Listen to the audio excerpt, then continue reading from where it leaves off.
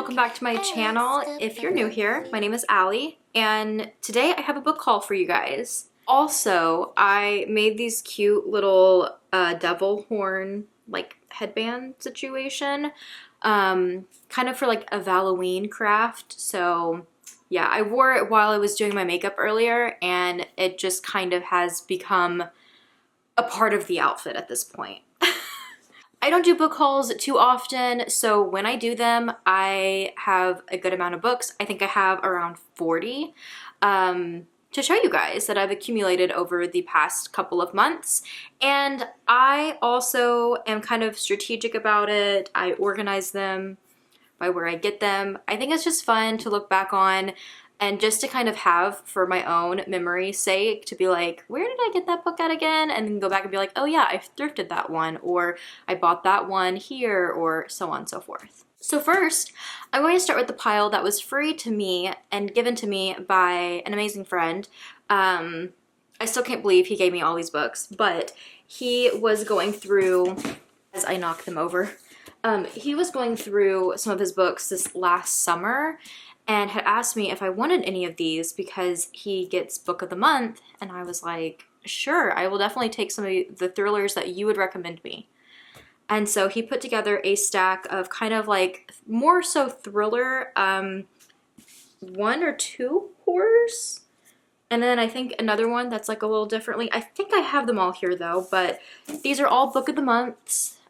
You probably have seen some of these in videos, other ones I haven't gotten to still, but I was so thankful to get these, and I can't wait to read all of them. I did read Sleep Tight already by J.H. Markert, and I rather enjoyed this one. I am kind of fast-paced with my hauls. I feel like I kind of do a little bit of a speed run, but in case you were interested, this is more of a horror thriller, and it involves a back and forth timeline of events where this awful crime happened. I think it was Father Silence terrorized this town of Twisted Tree, disguising himself as a priest to prey on the most vulnerable members of society. And then so we get the view of that, the viewpoint of like back then when all of that happened, and then now when like the events are starting to happen again. But how could that be so when they have already caught this guy? In the future, we follow this detective who her own daughter is now missing and maybe is captured by Father Silence. He also gave me A Flicker in the Dark by Stacy Willingham. This has been on my TBR, I feel like, for years now. Like, when did this one? 2021. I feel like it's probably been on my TBR since then. This is about Chloe, who works with, quote, troubled teens who are her patients. When a local teenage girl goes missing and then another, that terrifying summer, comes crashing back. Is she paranoid, seeing parallels from her past that aren't actually there? Or for the second time in her life, is Chloe about to unmask a killer? There is part of this book that I already know, but since I didn't see it in the synopsis, I'm like, I probably shouldn't say it. Sally Hepworth's Darling Girls. Another one that I've heard amazing things about as a thriller. It's about a few girls who are raised in a loving foster home. Mrs. Fairchild takes care of them on their farming estate, giving them a second chance at a happy life, but their childhood wasn't the fairy tale everyone thinks it was. Mrs. Fairchild had rules. She could be unpredictable and was never, ever to be crossed. In a moment of desperation, I guess they run away. And later on, when a body is discovered at the home they grew up in, they are now prime suspects to this. Sea Fury by Alex McGlades. I'm not sure how you say his last name. This is a tale of murder, or maybe that's not quite true. At its heart, it's a love story, isn't it? Lana is a reclusive ex-movie star and one of the most famous women in the world. Every year, she invites her closest friends to escape the English weather and spend Easter at her private Greek island. You may think this is a story you know. You probably read about it at the time. It caused a real stir in tabloids, if you remember. It had all the necessary ingredients for a press sensation: a celebrity, a private island, cut off by the wind, and murder. I'm excited to get to that one. Also really excited because he has recommended this one to me over and over and over again. And I still have not gotten to it. But Listen for the Lie by Amy Tentera.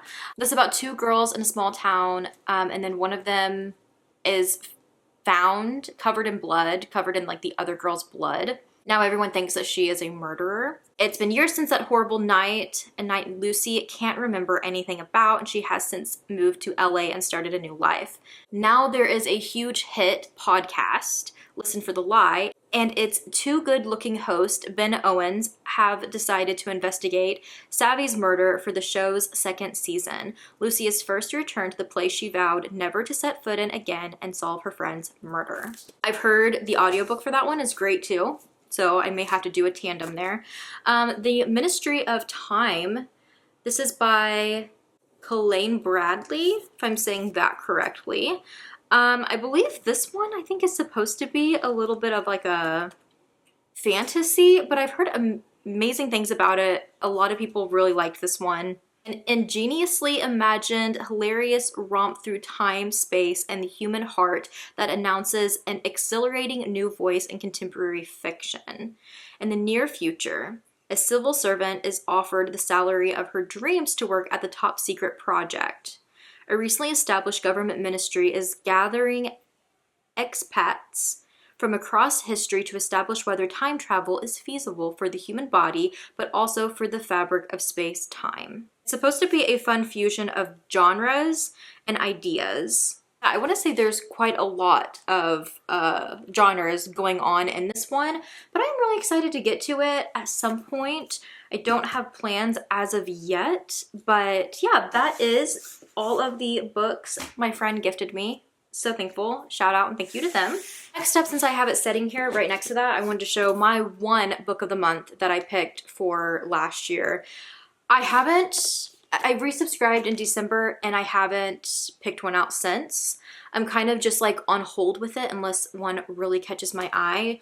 But I did pick up The Most Wonderful Crime of the Year because I was starting to see a lot of people talk about it and I needed another Christmas read in December. And yeah, I'd never read anything by Ally Carter and I had a really fun time with this. It wasn't a 5-star for me, but it was a really fun holiday romance, but also kind of like whodunit situation. It was fun. But the book subscription that has reeled me in and has caught me is Aardvark Book Club. And I couldn't tell you guys the exact order of these, but these are all the books I have gotten over the past few months from Aardvark. I got This Cursed House from Del Sandine. This is a historical fiction horror book about a woman who goes to work for a family and realizes that the family is under some type of spell curse and they are now seeking her help. It wasn't a favorite for me, but it did have some good moments. My favorite book of the year was The Eyes Are the Best Part by Monica Kim. This is quite literally a book about a woman obsessed with eating eyeballs, but it has female rage. It has so many good, hard-hitting topics. An amazing, amazing book. Very unhinged. Also, Bury Your Gaze by Chuck Tingle. This is a slasher. This writer, Misha, I think was his name, is a writer for a horror show that has 2 gay leads. And the production company is wanting him to kill off his gay characters. And he's like, no, I can't do that. Like, I won't stand for it. And at the same time, he is being haunted by the characters he has written over the past years and his own childhood trauma. Julia Armfield's Private Rights. I think this is my most recent, well, besides my most recent. I picked this one up though, I think in December. I have not got to it yet, but the cover was just absolutely stunning. I've had this one on my radar because of the cover, and then I seen it was a pick for Aardvark, so I was like, gotta have it. There's no way to bury a body in earth which is flooded. It is a fact consigned to history along with almost everything else. It's been raining for a long time now, for so long that the lands have reshaped themselves. Arcane rituals and religions have crept back into practice. Sisters, Isla, Irene, and Agnes have not spoken in some time when their estranged father dies. The sisters come together to clear the grand glass house that is a pinnacle of his legacy. They begin to sense that the magnetic influence of their father lives on through it. Something sinister seems to be unfolding, something related to their mother's long ago disappearance, and the strangers who have always been unusually interested in their lives. I'm excited to get to that one. I also picked up Lady Macbeth by Ava Reid, and I still have not got to this one. This is supposed to be a gothic, beautiful story, reimagining tale of Lady Macbeth. Shakespeare's most famous villainess, giving her a voice, a past, and a power that transforms the story men have written for her. Can't wait to get to it. So Thirsty by Rachel Harrison is a very contemporary story of vampires and these two girls who stumble across a party of vampires, and it just becomes a bloodthirsty thrill of a ride after that. American Rapture by CJ Lead. I have yet to get to this one as well, although I loved Mayfly. And this one actually came signed from Aardvark, which is so cool. The virus is spreading across America, transforming the infected and making them feral with lust. Sophie, a good Catholic girl, must survive the hellscape of the Midwest to try to save her twin brother while the world around her burns. Along the way, she discovers there are far worse fates than dying a virgin.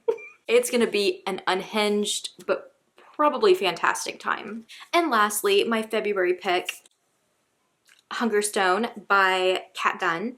I am currently filming with this, so I'm not going to say too much about this besides the fact that I did start it already, and I was like, this is interesting. Like, this is reminding me of something. And then there's like this carriage accident or something, and they save this girl and take her to their home, and her name is Carmilla. And I was like, oh my god, it's a Carmilla retelling. I didn't even know that, you guys. My friend had told me it was a sapphic vampire story, and I had seen the cover and was like, sold. So that's initially why I got it. I love vampires, so I was ready for a good time, and like the sapphic part of it was reminding me of like S.T. Gibson, so I was like, I'm probably gonna love this. No idea it was a Carmilla retelling, and I'm so here for that. I am enjoying this so far. I'm excited to see where it takes me, and you guys will have to stay tuned for that vlog. Next up is going to be my thrifted books. I have thrifted quite a few, honestly not as many as I typically do, so we'll probably run through these pretty fast. I got the Legend of Sleepy Hollow. I feel like I don't really have to say much about that, but it is just an old paperback. It has like some illustrations. Patricia Cornwell's Blowfly. Honestly, I just really liked this cover. Can you see the fly? And you guys can't see it, but on this lower shelf over here, I got one of her other books from my mama, who was like decluttering some of her books, and I got it because I loved it. I'm just gonna grab it. Okay, it's just like an older man on the cover, so it's like not that interesting, but like I just love the spine.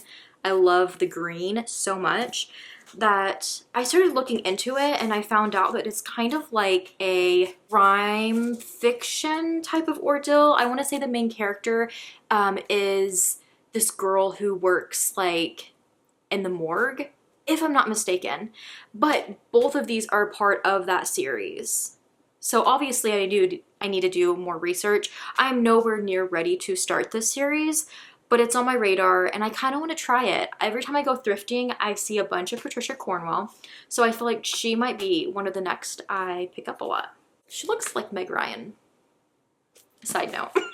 I also found a Anne Rice, The Feast of All Saints, and I am diving into the world of Anne Rice right now, so I don't really know where this one falls. I'm not sure if this is just a standalone. I don't really have synopsis here on it, but anytime I see an Anne Rice, I snag it because I do want to work through a bunch of her work. I say it every time, so you guys are probably waiting for it, but would it be a book haul if I didn't have a thrifted Stephen King? I think just one. I want to say I had a couple more, but I've already placed them on the shelf and I couldn't tell you which ones they were over the past few months. But I did find Black House, which was really cool. I found this at a used bookstore.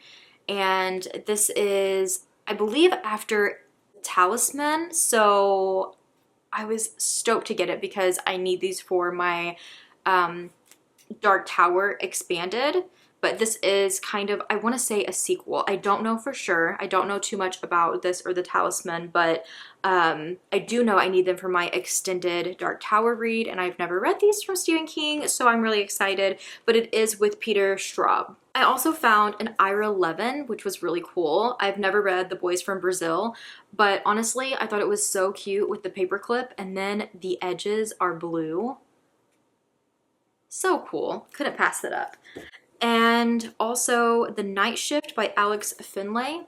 I found very, very cheap at a thrift store, and funny enough, I just drew it. I did a whole video about my current projects, crafts, and crocheting and all of that I'm working on, as well as my journal process, like my journal setup. And also I drew some books for my TBR jar that I have to read in the upcoming months, and this just happened to be one of them, and I just thrifted it, so that was really cool to find.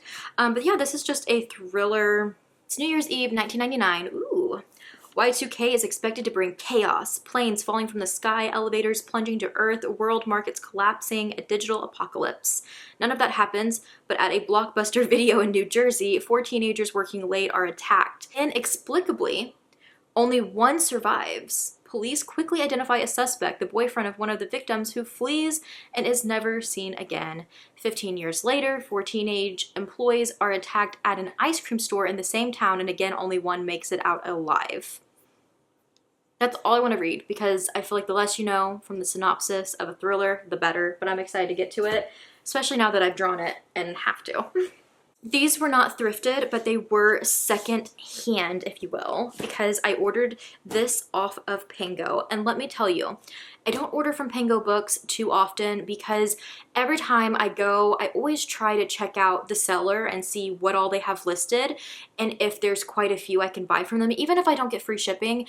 It's just the fact that, like, I don't want to order 3 books from 3 different sellers and have to pay 3 different shippings all at once. It just gets really overwhelming. But when I tell you, I found the perfect seller for me at the time, because this seller had 5 books on my list of books that I wanted to buy. 5. I've never had that happen on Pango before. And they were all so affordable. I got Kill Creek by Scott Thomas. I've seen this cover. It looks incredible. I want to read it. It was supposed to be a simple publicity stunt, 4 famous horror authors spending the night in one of the world's most notorious haunted houses.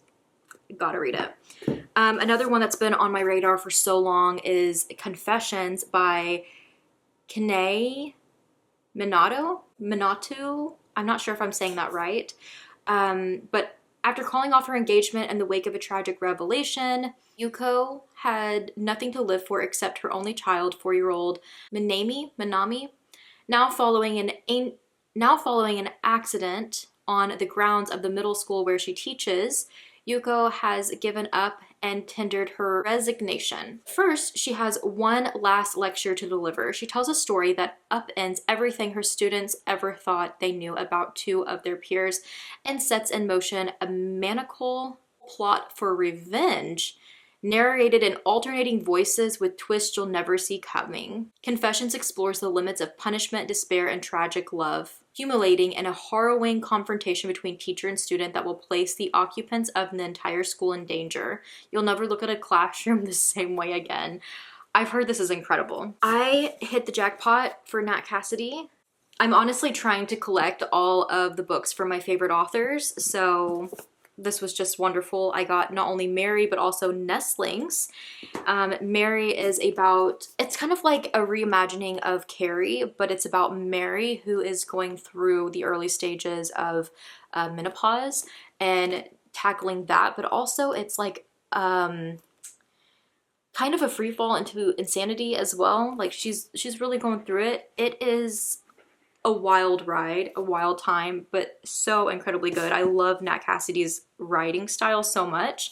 Nestlings is a take on Rosemary's Baby and Salem's Lot. It is that slow, like, slow paced, like tension and suspense leading up to the same type of vibe as Salem Lot's vampires.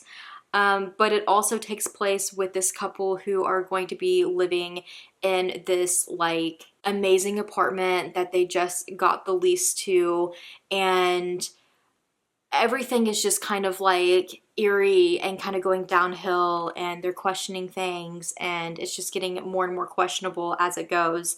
It's such a good time. I loved it. And also I got Rouge by Mona Awad. I'm trying to read through her books again this year. I do also want to get to Bunny again because of the prequel coming out later this year. But this is a really good take on like horror and the beauty industry. It's unhinged. I feel like the whole, what I said about Mary, like falling into like this like insanity and everything this woman is going through. It's a wild ride, but the seller also left a little note, which was so sweet, and a couple of little stickers. I love buying from Pango because you are buying from other book lovers, and they're just always so sweet, leaving little notes and like stickers and stuff like that. And speaking of Nat Cassidy, I ordered from Shortwave Publishing because I wanted to get a copy of Rest Stop, which came with a bookmark, and also a signed like plate card. So cool. There's also this other bookmark, as well as googly eyes because, of course, for Rest Stop. This is a quick novella, slasher style read about this guy who is on the road trying to get to his family because his grandma is not doing well. She's dying, and he makes a pit stop at a rest stop. And while he goes to the bathroom, he finds himself locked in there and like just terrorized from then on out. It's fast paced. It's a good time. I really enjoyed it. But I also picked up some little novellas, like really, I don't know if you can call these novellas. They're just really, really short stories. A couple from Nat Cassidy, Generation and The Art of What You Want. Both really good. All of these are like around 20 pages, so they're really quick reads, really good palate cleansers. They're horror, very unhinged, a really good time. I enjoyed Generation more than the other. I have not read all of the ones from Clay McLeod Chapman yet, but Mama Bird was phenomenal, 5 stars, very unhinged. And then I also have Baby Carrots and Knockoffs to get to. I try to limit myself on Amazon purchases as much as possible, but I did pick up Krampus because I needed it quick around the holidays. I really wanted to fit this one in this year because I loved this past year, because I loved Slewfoot so much, so I did pick this up. But it is a tale, a dark horror tale on the story of Krampus, but it goes out there. It's more of like an adventure, and it really takes you on a ride. Santa is built different, and it is such a good time. I really loved it. Not as much as Slewfoot. Slewfoot is still my favorite from Brom, but I really liked this one. And I could say the same for Barnes & Noble, but I have made a few purchases recently. They had their 50% off hardback, so I did pick up I Was a Teenage Slasher by Stephen Graham Jones because I want to give this another try. This follows Tolly, I think is his name, and he is a teenage slasher, and we get his point of view of him slashing through. And it was kind of a hard read for me, and I just found myself questioning if it was what I enjoyed or not, or if I really just wanted a lighthearted slasher. It is definitely like hard hitting because you are following the actual slasher, not the victims, and you're just in the mind of that said slasher criminal. Yeah. I gave it 4 stars, but I have said over and over again, it's a book I want to reread because I think upon reread, it could be a 5-star for me. Now that I know what to expect, And I think knowing what to expect on top of having his beautiful writing, it'll just fall together with the second read. I also picked up a copy of Carmilla because I need to have a copy of Carmilla, and I love this back cover. I also picked up a copy of William Blatty's The Exorcist because I've wanted this edition. It is so cool. I love that green. I feel like those are kind of like first vampire story, a book about a girl who's possessed and has an exorcism. Black Sheep by Rachel Harrison. This has been my favorite Rachel Harrison so far. I had to have a copy of it and I absolutely love it. It's religion horror with a twist. So good. Horror Store by Grady Hendrix. If you keep seeing things move around, it is because my battery died. I ran out of room on my card. It's one of those nights of filming. This is the 4th Grady Hendrix book I've bought recently. This is about somebody who gets a job at a store, kind of like IKEA, and is then asked to stay the night to monitor some things going on with a couple other coworkers. And they find out that the store is much more sinister than what they think, and it's just kind of another, like, is it real? Is it insanity? Is it another realm? It's a wild ride. I really enjoyed that one. And speaking of Grady Hendrix, we've made it to my last pile, which is my haul from when I went to see Grady Hendrix for his Witchcraft for Wayward Girls book tour.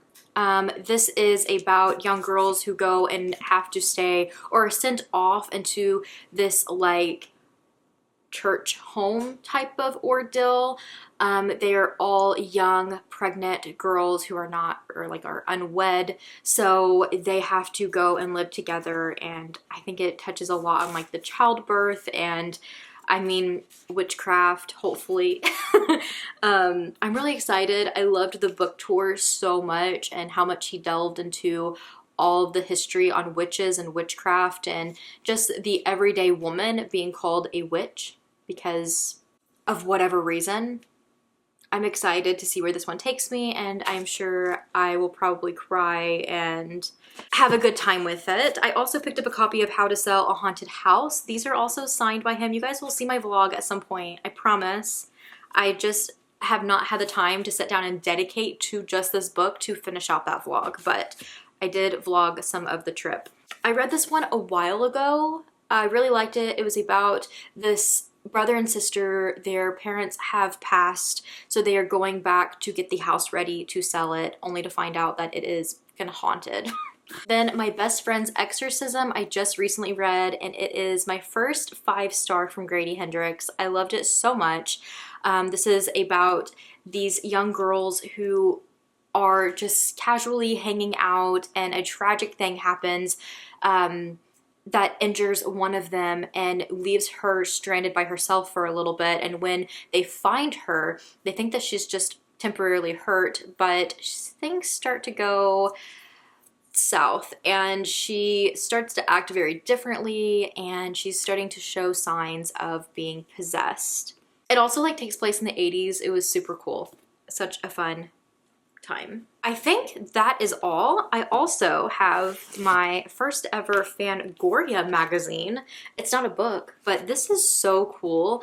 This is, I think, their first of the year, so it has like Nosferatu and a couple other like newer ones, like was it Wolfman and Hard Eyes. But I thought I'd mention it because if I can find it, it has like some Valentine movie recs and stuff too, which is really cool. But there is also a whole section about slashers written by Stephen Graham Jones, which I thought was so freaking cool. I need to find a spot on the wall somewhere for it. Yeah, that is my book haul. Let me know what books you've hauled recently or if you have read any of these. I'm actually proud of myself for how many of these I have already read since hauling them or getting them.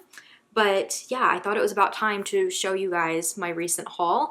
And stay tuned for more and other vlogs and videos coming very soon.